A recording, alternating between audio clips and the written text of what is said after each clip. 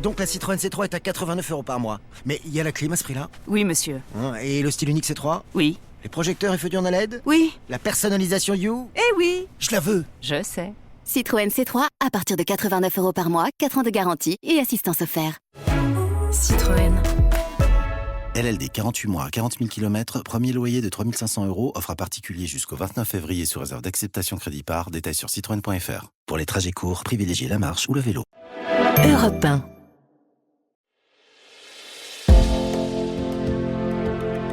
Bienvenue au cœur de l'histoire, je suis Virginie Giraud. Depuis le pogrom du 7 octobre 2023 en Israël, les actes antisémites se sont multipliés partout dans le monde. Si cette intensité nous frappe, la haine des Juifs n'a semble-t-il rien de nouveau. Il faut remonter très loin dans le temps pour retrouver les origines de cette hostilité et de la persécution du peuple juif qui se manifeste à travers les siècles sous différentes formes. Au cœur de l'histoire vous propose une série spéciale de 5 épisodes pour revenir sur les origines de l'anti-judaïsme et de l'antisémitisme depuis l'Antiquité jusqu'à la Shoah. De nouvelles formes d'antisémitisme racial politique voient le jour à partir du 19e siècle dans une société en pleine mutation. Pour revenir sur ces nouvelles formes d'antisémitisme nées au 19e siècle, j'ai le plaisir d'accueillir Denis Charby, professeur de sciences politiques à l'Open University d'Israël. Bonjour Denis Charby. Bonjour Virginie. À la Révolution française, le statut des Juifs va changer en France. Il y a une loi qui est votée à l'Assemblée nationale le 27 septembre 1791. Que change-t-elle dans le statut des Juifs en France? Quel était leur statut avant et après cette loi? Alors effectivement, le décret d'émancipation des Juifs est une mesure révolutionnaire, elle porte bien son nom, puisqu'elle va transformer de fond en comble la condition des Juifs de France, mais par extension, cela va toucher par la suite, je dirais presque les Juifs du monde. Pourquoi? Parce que jusque-là, les Juifs, dans le meilleur des cas, sont tolérés. Ils sont tolérés par des lettres de tolérance qui leur sont accordées ou ne leur sont pas accordées, alors que l'émancipation va définitivement décréter que les Juifs de France, sont des citoyens de plein droit.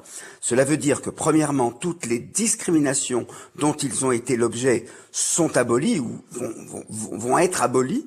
Et puis, cela signifie surtout que les Juifs ne sont pas une minorité au sein d'une majorité française. Non, ils font partie de la nation française et leur distinction est une distinction confessionnelle, le fait qu'ils soient juifs comme d'autres sont catholiques ou protestants à la même époque. Est-ce qu'on est les premiers en Europe, en France, à faire des Juifs des citoyens de plein droit? Exactement. C'est en cela que ce décret est véritablement révolutionnaire, puisque la France est le premier pays d'Europe à accorder d'une manière, je dirais, totalement assumée le fait que les Juifs sont des Français à part entière. Comment le peuple prend cette décision? Je pense aux paysans que l'on peut trouver à travers toute la France, aux bourgeois qui vivent en ville.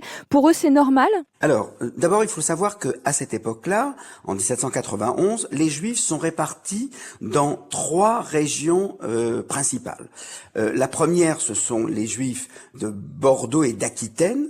La seconde région, c'est les Juifs du Comtat venessin, entre Carpentras et Cavaillon, pas très loin d'Avignon. C'était les Juifs du pape du Moyen-Âge. Et puis la troisième partie, le troisième noyau des Juifs en France, se trouve en Alsace.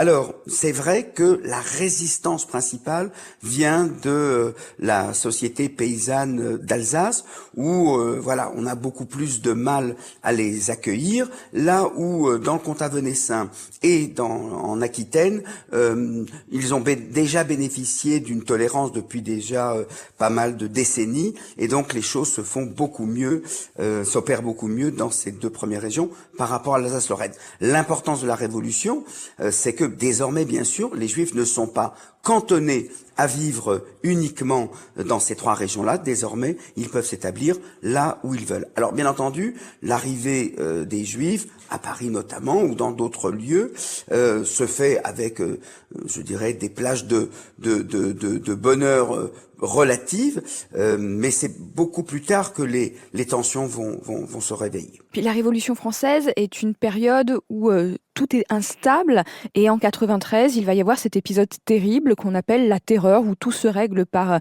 le biais de la guillotine. Comment s'en sortent les Juifs dans cette période? Ils sont stigmatisés ou ils arrivent à échapper à la terreur? Alors, ils arrivent. D'abord, c'est un très petit nombre de Juifs, et c'est vrai qu'ils ne sont pas dans les hauts lieux encore de la terreur et de la Révolution française. Ils ne sont pas en Vendée, ils ne sont pas à Paris. Ils arrivent finalement assez bien, plutôt bien, à tirer leur épingle du jeu. Et il n'y a pas tellement de Juifs au final qui ont subi les affres de la terreur. Et à partir de 1808, alors que Napoléon est au pouvoir, il réinstaure des inégalités juridiques concernant les Juifs. On a l'impression que c'est un retour en arrière. Pourquoi les discriminer à nouveau? Alors c'est vrai que Napoléon reflète de ce point de vue-là les préjugés de son temps. Il est très suspicieux à leur égard, et il rétablit. Il a le sentiment que les Juifs sont un État dans l'État. C'est vrai que d'un autre côté, c'est Napoléon qui met en place ce qu'on appelle le consistoire. Ce sera l'organisation juive principale, mais elle est destinée à contrôler les Juifs, elle est destinée à surveiller leurs actes, et c'est vrai que de ce point de vue-là, il y a, c'est le passage de la théorie à la réalité, et cette réalité effectivement montre bien que même si l'émancipation reste établie, elle reste le document qui gère leurs conditions, mais il y a une régression, et il faudra attendre jusqu'à Louis-Philippe pour que ces dernières discriminations soient définitivement révolues. En un mot, Denis Charby, est-ce qu'on pourrait dire que Napoléon avait une vision antisémite de son époque, ou que c'est juste des préoccupations politiques qui les poussent à faire en sorte que les Juifs ne deviennent pas un État dans l'État? Je crois qu'il reflète des préjugés de son temps. On l'appelle pas encore antisémitisme. Il convoque le Sanhédrin, un rassemblement d'autorités religieuses juives, pour entendre un petit peu. Je crois que c'est la méfiance qu'il avait de manière générale vis-à-vis de tout ce qui pouvait constituer une puissance et éventuelle, qui n'était pas encore soumis à son autorité. Mais je dirais que les Juifs de manière générale réagissent, on va dire, assez bien.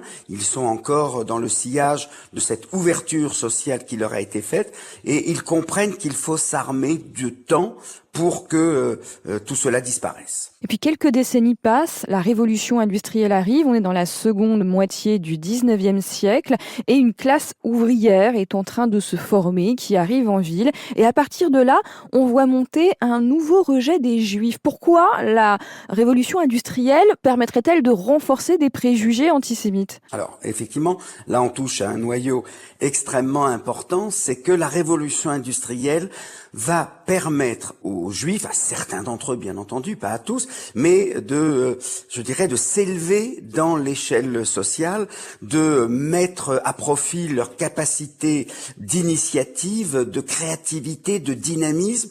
Et c'est vrai qu'il faut noter d'ailleurs ce qu'on va appeler le saint-simonisme, ce mouvement qui pense que cette modernisation va apporter un progrès général à la société, et beaucoup de Juifs en font partie de ce courant-là, et on va les trouver parmi on va dire les chefs des premières industries françaises.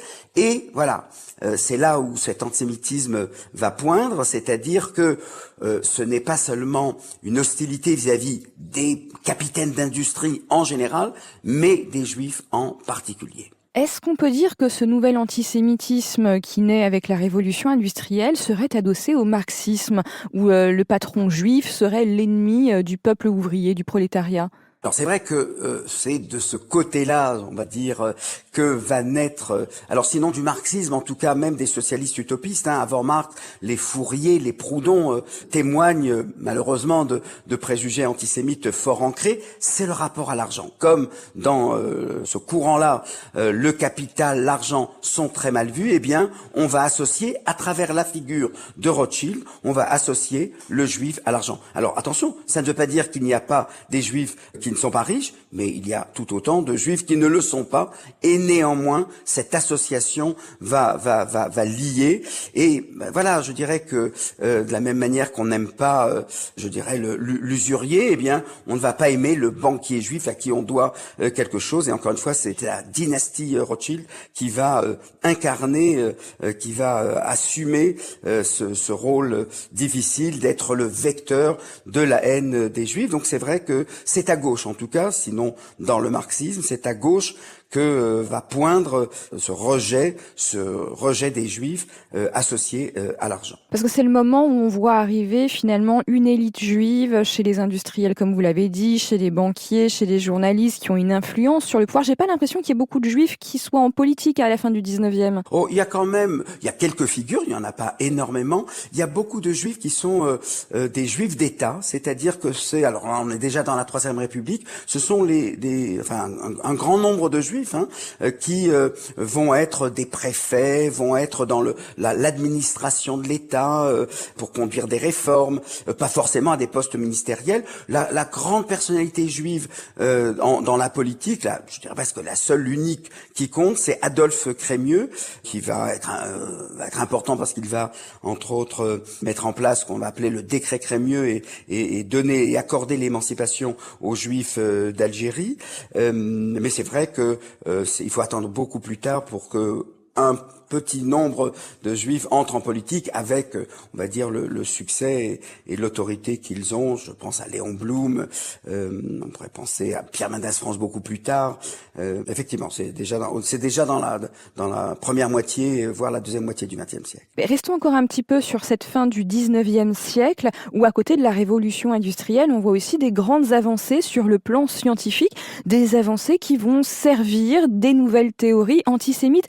Je voudrais qu'on revienne un petit peu sur cette période où des scientifiques, des théoriciens se revendiquent de la science pour expliquer qu'il existe une race sémite. Parce qu'avant ça, on parle plutôt d'anti-judaïsme. Donc en gros, ma question, c'est comment naît l'antisémitisme ? Alors, il faut bien comprendre que la fortune de l'antisémitisme à travers les siècles vient de ce qu'il se greffe sur un discours social dominant. Quand c'est la chrétienté qui l'emporte, eh bien l'antisémitisme s'appelle anti-judaïsme.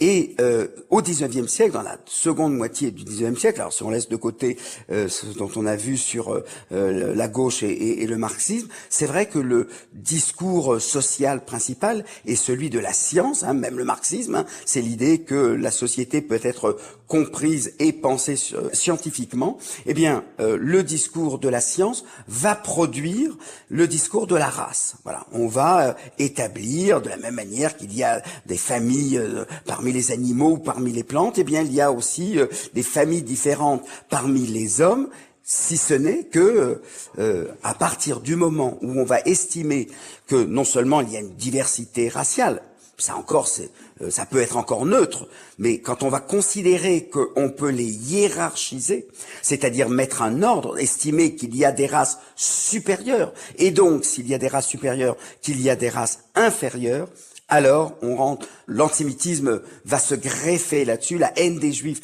va se greffer là-dessus pour décréter qu'il y a une race qu'on va appeler la race sémite, pour lui donner une sorte d'appellation conceptuelle, pour pas dire juif, et on va considérer que cette race sémite, effectivement, alors elle est inférieure, mais elle est surtout dangereuse. Et c'est ça qu'il faut bien comprendre par rapport au racisme qui va toucher les populations noires, par exemple, ou plus tard les populations musulmanes. Là, on va considérer, dans le cas des Juifs, qu'elles sont dangereuses, qu'elles peuvent, et ça va être le point de départ de beaucoup de théories conspirationnistes, c'est-à-dire le trope, l'image, le mythe, je dirais, central dans l'antisémitisme du XIXe siècle et du XXe siècle, c'est-à-dire les Juifs dominent le monde. Et est-ce que c'est Francis Galton, cet anthropologue anglais, qui a contribué à créer cette race juive avec des caractéristiques physiques propres, mais aussi avec ces caractéristiques, on va dire, psychologiques qui mettraient en danger les autres pays? Alors, il y a Galton, bien sûr, mais pourquoi aller chercher uniquement en Grande-Bretagne, dans le Royaume-Uni? En France, c'est Arthur de Gobineau, qui est aussi un écrivain, par ailleurs, mais qui est aussi le théoricien de l'inégalité des races et qui, va générer en France ce discours sur alors les propriétés psychologiques, etc. Et il faut bien comprendre que à partir de là, ça va prendre, je dirais, une extension. On va commencer à mesurer les crânes, on va commencer, à trouver tous les moyens, se servir donc d'un pseudo-discours scientifique le plus souvent pour véhiculer à l'égard des Juifs une haine qui vient signifier une envie sociale, une jalousie sociale. Parce qu'il est vrai que par rapport à la condition juive, on en parlait en début d'émission au temps de l'émancipation, eh bien voilà, la République a été pour les Juifs d'exprimer leur talent, leur dynamisme. Et il est vrai que lorsque les préjugés, soit anti-judaïques, soit les préjugés qui naissent de cet antisémitisme social, eh bien ça ne passe pas, et on va passer à un antisémitisme politique, c'est-à-dire, et si on limitait leurs droits, si on restreignait leur liberté. Et c'est là que l'antisémitisme va devenir politique, c'est-à-dire, c'est pas simplement des préjugés, c'est pas simplement de mauvais jeux de mots ou de mauvaises blagues, c'est la revendication que les Juifs ne puissent plus bénéficier, comme l'ensemble des citoyens, des droits dont ils disposent en vertu de leur qualité de citoyens français. Denis Charby, parmi les personnes qui ont créé, valorisé l'antisémitisme, il y a un Allemand, Wilhelm Marr. Vous pouvez nous parler un petit peu de cette personne ? Oui, Wilhelm Marr est un théoricien allemand, est un penseur allemand, un journaliste également, et qui, je dirais, il est passé à la postérité parce que c'est lui qui va, en 1873, c'est lui qui va former ce néologisme, ce mot nouveau de la langue allemande, antisémitismus, pour donner ce nom qui va rester célèbre, qu'on va employer désormais, qui va être traduit dans toutes les langues. Alors bien sûr, attention, ne pensons pas que parce que le mot a été créé en 1873, que tout ce qui se dit avant sur les Juifs ne relèverait pas de l'antisémitisme. Non, bien entendu, c'est pas anachronique que de dire que tel ou tel phénomène, tel ou tel écrit est antisémite, même s'il est d'avant 1873, parce qu'il n'a fait que donner un nom. Alors attention, nous on le considère comme désormais comme une manière de caractériser cette hostilité, cette haine à l'égard des Juifs. Bien entendu que Wilhelm Marr, lorsqu'il le fait, il estime que c'est une très bonne chose. Il faut bien se comprendre une chose, on est encore à une époque où être antisémite est un titre de gloire. C'est après la Seconde Guerre mondiale que désormais plus personne n'entend endosser, ou rarement n'entend endosser cette étiquette-là. Oui, parce qu'on a parlé de l'antisémitisme qui vient de la gauche, des socialistes, des marxistes, mais il y en a aussi à droite. Vous pouvez nous dire un mot de l'antisémitisme qui est revendiqué par des hommes de lettres et des politiciens français comme Maurras, comme Barrès? Alors, je dirais que l'homme qui fait la jonction et qui est peut-être dont il faut surtout pas oublier l'importance qu'il a dans la propagation de l'antisémitisme, c'est Édouard Drumont. Et pas seulement dans le cadre de l'affaire Dreyfus, puisque lui, il y a toute une littérature. Alors, on va y revenir un petit peu après sur l'affaire Dreyfus, mais c'est vrai que je pensais plutôt à cet antisémitisme qui est vraiment propagé aussi par le biais de la littérature et dont, comme vous l'avez dit, on se fait un petit peu une gloire, en fait, du côté de la droite cette fois. Alors, effectivement, Édouard Drumont, lui, en 1886, donc on est 8 ans avant l'affaire Dreyfus, publie La France juive. Et dans La France juive, il essaye de montrer ceci qui est très important, c'est que, c'est encore une fois le mythe, que la Révolution aurait profité aux Juifs et aux Juifs seulement, et qu'elle aurait pénalisé deux classes en France, d'un côté à gauche les ouvriers et à droite les catholiques. Et si l'antisémitisme de Drumont a été aussi nocif, c'est parce qu'il laisse entendre que finalement les rois de l'époque, c'est d'ailleurs le titre d'un autre ouvrage publié plus antérieurement par Adolphe Toussenel, les Juifs sont les rois de l'époque, c'est-à-dire ce sont les profiteurs. Et là, effectivement, c'est un antisémitisme, alors qui reste encore très accompagné de l'antijudaïsme chrétien. Et c'est vrai que c'est Drumont qui va justifier, propager cet antisémitisme dans les milieux de la bourgeoisie et de la haute bourgeoisie, d'une manière qui va faire en sorte que cet antisémitisme, il est protéiforme. Il peut commencer à gauche, il peut continuer à droite.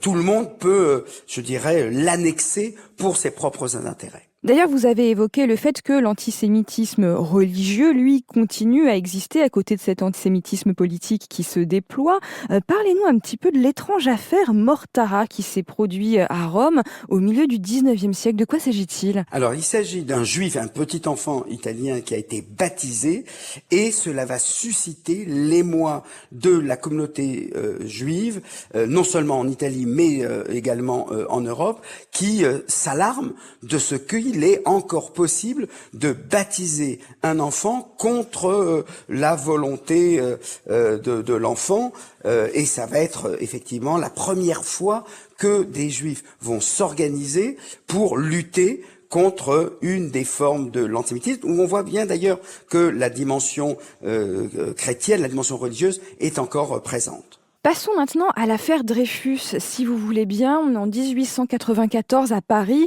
l'armée française découvre qu'un traître livre des informations à l'armée allemande, ce qui est extrêmement grave, et on accuse le traître d'être le capitaine Dreyfus. Pourquoi est-ce qu'on décide d'arrêter Dreyfus ? On a des preuves irréfutables contre lui à ce moment-là, ou le simple fait qu'il soit juif fait de lui le coupable idéal ? Avant d'évoquer l'affaire elle-même, notons, et c'est bien la preuve que l'émancipation des Juifs est une chose réelle et authentique, c'est que nous avons... Il fait une carrière dans l'armée. Voilà, exactement. Nous avons un capitaine qui travaille à l'état-major. C'est quelque chose qui n'existe nulle part dans le monde. Un Juif ne saurait être intégré dans l'état-major. Ça, c'est, je dirais, la face lumineuse de l'émancipation des Juifs.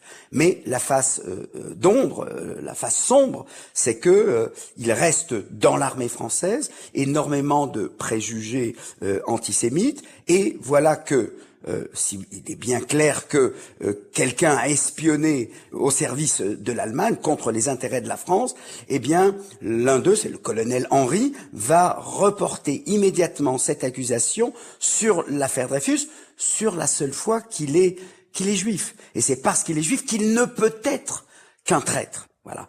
Et il va très facilement non seulement établir des preuves, mais des preuves qu'il va inventer, des faux rapports. On va trafiquer les preuves. Donc ce n'est pas qu'il y a une allégation, même l'exercice de graphologie auquel se prête Dreyfus n'emporte pas l'adhésion du graphologue en chef, mais voilà, la conspiration des antisémites au sein de l'armée va faire que il est le coupable idéal, parce qu'il est juif. Et cela va donner effectivement, cela va susciter cette affaire qui a transformé la France à bien des égards. Eh bien justement, c'est ce que j'allais vous demander, parce que finalement cette affaire qui aurait pu rester assez confidentielle arrive sur le devant de la scène, fait les choux gras de la presse, et la France se déchire entre Dreyfusards et anti-Dreyfusards. On voit parfois des caricatures dans la presse qui montrent des dîners de famille qui se finissent très très mal entre les deux parties. Pourquoi la France se passionne sur ce sujet et pourquoi se clive-t-elle à ce point ? Tout commence du fait que Alfred Dreyfus exhorte son épouse de faire tout en sorte pour établir la vérité, jurant qu'il est effectivement innocent. Et donc, pendant 2 ans, de 1894 à 1896, Bernard Lazare notamment va aligner des preuves, et puis Picard, le colonel Picard, lui qui n'est pas juif, va effectivement se rendre compte que l'auteur du bordereau n'est pas Alfred Dreyfus, qu'il y a une erreur judiciaire, et ils vont, chacun d'entre eux, se lancer dans cette affaire. On va prévenir le président du Sénat, et eh bien, on va avoir ici, et vous me demandiez pourquoi la France se divise-t-elle en deux, eh bien parce qu'il y a précisément 2 France.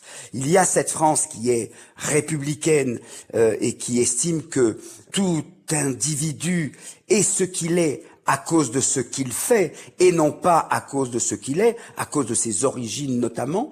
Et il y a une France qui pense encore effectivement que le fait d'être juif, eh bien, a forcément quelque chose à voir avec la trahison. C'est Émile Zola, si vous voulez, sur le plan littéraire, c'est Émile Zola, avec le fameux J'accuse de 1898, du 13 janvier, et Maurice Barrès, qui depuis le début estime que Dreyfus est traître, parce qu'il est juif. Qui sont les Dreyfusards, justement, Denis Charby ? Est-ce que ce sont majoritairement des hommes de gauche ou ce sont des gens qui sont épris de justice ? Quelque part, c'est le cas de Picard, qui se dit lui-même un peu antisémite, mais qui voulait prouver que Dreyfus était innocent parce que c'était une question de justice et d'honneur. Alors, on estime de manière générale que la variable la plus importante pour comprendre qui est Dreyfusard, qui ne l'est pas, c'est effectivement qui fait partie de l'ordre établi et qui ne l'est pas. C'est-à-dire que les écrivains de l'Académie française, eux, sont anti-Dreyfusards. Les écrivains qui n'en font pas partie, eux, sont plutôt Dreyfusards, et ainsi de suite. Mais en vérité, le clivage gagne partout. Il y a des catholiques Dreyfusards, mais de manière générale, l'Église de France est totalement anti-Dreyfusard parce qu'elle y voit une occasion finalement d'affaiblir la République et de rétablir son autorité qui depuis la Troisième République a été relativement entachée. Vous parliez du dessin illustre de Carandache. Cela montre bien qu'à l'intérieur des mêmes familles, on trouve un courant Dreyfusard et un courant anti-Dreyfusard, et cela montre bien que même si on peut toujours faire une statistique sociale, il y a effectivement un rapport à la vérité, un rapport à la justice, et je dirais la question de la raison d'État. Dreyfus serait-il ou non coupable? La raison d'État doit l'emporter. Là où d'autres disent non, si il est innocent, eh bien qu'importe si l'armée doit démissionner. Donc on a vraiment ici un conflit, je dirais, une passion idéologique, une passion franco-française entre le primat de la vérité ou le primat de la raison d'État. Pourquoi Zola se lance dans la bataille selon vous? Est-ce que c'est pour se faire de la pub ou il est vraiment convaincu qu'il faut absolument sauver Dreyfus en sachant que ça va l'éclabousser lui aussi, qu'il va avoir un certain nombre de problèmes? Alors, je dirais de manière très prosaïque, Émile Zola se lance dans l'affaire Dreyfus parce qu'il vient de terminer un roman. Et donc, quand l'écrivain a terminé son roman, il peut, s'ouvrir un petit peu sur ce qui se passe. Et il se trouve que son meilleur ami, ou un parmi ses meilleurs amis, il y a Georges Clémenceau, qui l'informe, qui lui donne comme ça les premiers éléments du dossier. L'affaire commence à faire parler d'elle à partir du moment où Esterhazy, qui est le coupable, obtient un non-lieu. Et donc, les Dreyfusards se disent, mais c'est terminé, puisqu'on avait le coupable et que la justice lui accorde un non-lieu, c'en est fini. Dreyfus restera jusqu'à la fin de ses jours à l'île du Diable. Et donc, Émile Zola, le 13 janvier 98, écrit son manifeste avec cette péroraison « j'accuse » à la fin du texte. Et voilà, il va saisir qu'il y a là quelque chose, une injustice profonde. Et comme il le dit dans le texte même de J'accuse, pour revenir sur l'antisémitisme, si la République n'extirpe pas l'antisémitisme de ses institutions, eh bien, c'en est fini de la République. Et donc, c'est une sorte de signal d'alarme qu'il adresse à la société française. Quel est l'héritage de l'affaire Dreyfus dans la première moitié du XXe siècle? Est-ce que ça va calmer un petit peu l'antisémitisme français? Est-ce que la gauche se dit, il n'est pas de bon ton d'être antisémite et non, vraiment, on se tait sur ce point pendant presque un siècle, j'ai envie de dire. Et ça marque la société, j'imagine. Oui, et c'est que là où on a pointé tout à l'heure un antisémitisme à gauche, eh bien, cette valeur politique de l'antisémitisme va passer de la gauche à la droite de manière définitive. Ça ne veut pas dire qu'il n'y aura plus à gauche des hommes politiques ou des individus qui sont antisémites, mais ça veut dire que ce ne sera plus une idéologie fondamentale dans l'idéologie générale des partis de gauche. C'est la fameuse conversion de Jean Jaurès par rapport à Jules Guesde qui, lui, estimait que, juif ou pas juif, l'affaire Dreyfus est une affaire entre bourgeois et donc ne souhaitait pas prendre parti, en tout cas certainement pas en faveur d'Alfred Dreyfus. Et en revanche, l'antisémitisme va devenir, et c'est là le point qu'il faut bien comprendre, en théorie, qu'est-ce qui aurait dû se passer? On arrive à fournir les preuves que Dreyfus est innocent. Eh bien, des gens, quelle que soit leur orientation politique, et notamment à droite, et monarchistes et catholiques, auraient dû dire, on s'est trompé, on est dans l'erreur. Eh bien, pas du tout. Même s'ils sont pas nombreux, même, et c'est notamment Charles Maurras dans l'Action française, ils vont dire non, le fait même que Alfred Dreyfus ait pu être déclaré innocent et libéré, c'est bien la preuve qu'il existe un syndicat juif. C'est bien la preuve qu'ils sont les plus forts. C'est bien la preuve que cette minorité-là domine la France, sinon le monde. Et c'est comme ça que la droite anti-républicaine, car ce sont les forces anti-républicaines qui vont, je dirais, récupérer politiquement l'antisémitisme pour en faire une valeur cardinale, jusqu'à l'apothéose, qui est bien entendu le régime de Vichy. C'est Charles Maurras lui-même qui disait on s'est vengé de Dreyfus, c'est-à-dire que voilà ce que nous avons perdu en 1899 au moment de la fin de l'affaire Dreyfus et la réhabilitation de Dreyfus quelques années plus tard en 1906, eh bien nous sommes désormais vengés. Pour clore cette interview, Denis Charby, je voudrais qu'on dise un mot de Theodor Herzl, qui est un journaliste austro-hongrois. C'est à peu près à la même époque qu'il commence à rêver d'un État pour les Juifs. Est-ce que c'est la réponse au développement de l'antisémitisme en Europe ? C'est vrai. Alors d'abord, concrètement, Theodor Herzl est en 1894-1895, il est correspondant de la Neue Freie Presse, c'est un quotidien viennois dans lequel participe également Stefan Zweig. Il est le correspondant en France, il va publier un volume de chroniques, le Palais Bourbon, dans lequel il parle des mœurs des parlementaires. Et Theodor Herzl est accablé par les manifestations d'antisémitisme, parce que l'on tienne en 1894 ou au début de l'année 95 Dreyfus pour un espion, finalement, on ne sait pas s'il l'est ou s'il ne l'est pas réellement, mais qu'on estime que sous prétexte qu'il le serait, que c'est les Juifs tous entiers qui sont en fait foncièrement des traîtres à la patrie, c'est pour lui un désarroi, c'est-à-dire que il se rend compte que dans la patrie des droits de l'homme, en 1895, on a à peine 1 siècle et 4 ans d'émancipation des Juifs, et que non seulement en Russie, où déjà sévissent depuis une décennie des pogroms très sanglants, mais également dans la patrie des droits de l'homme, pour lui, ça l'accable, et il en arrive à concevoir que finalement, c'est peut-être la solution politique pour les Juifs, c'est-à-dire qu'ils disposent d'une terre et d'un État dont ils seraient à la tête. Et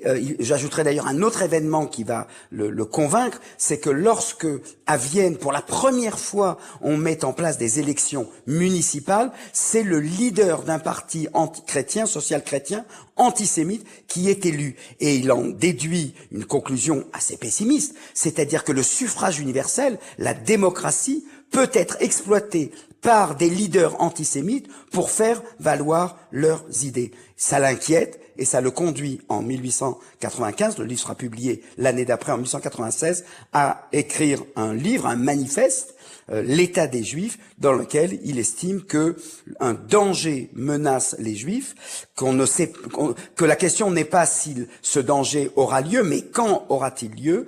Et donc voilà, il va dévouer les dernières années de sa vie jusqu'en 1904 à fonder une organisation, l'organisation sioniste, dont l'objectif est d'établir un foyer national pour les Juifs en Palestine. Merci beaucoup Denis Charby pour cet entretien. On y voit beaucoup plus clair sur cette question qui est extrêmement importante. Je rappelle que votre dernier ouvrage, Israël et ses paradoxes, est paru aux éditions du Cavalier Bleu avec une dernière réédition en 2023. Merci à tous nos auditeurs pour votre fidélité. N'hésitez pas à partager ces émissions, à les commenter, à en parler autour de vous.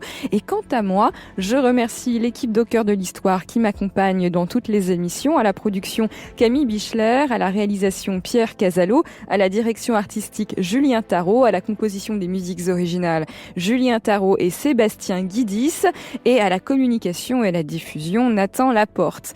Quant à moi, je vous retrouve tous les jours sur votre plateforme d'écoute favorite, sur l'appli Europe 1 et aussi à 15h tous les week-ends sur nos ondes sur Europe 1. À très bientôt, merci à tous.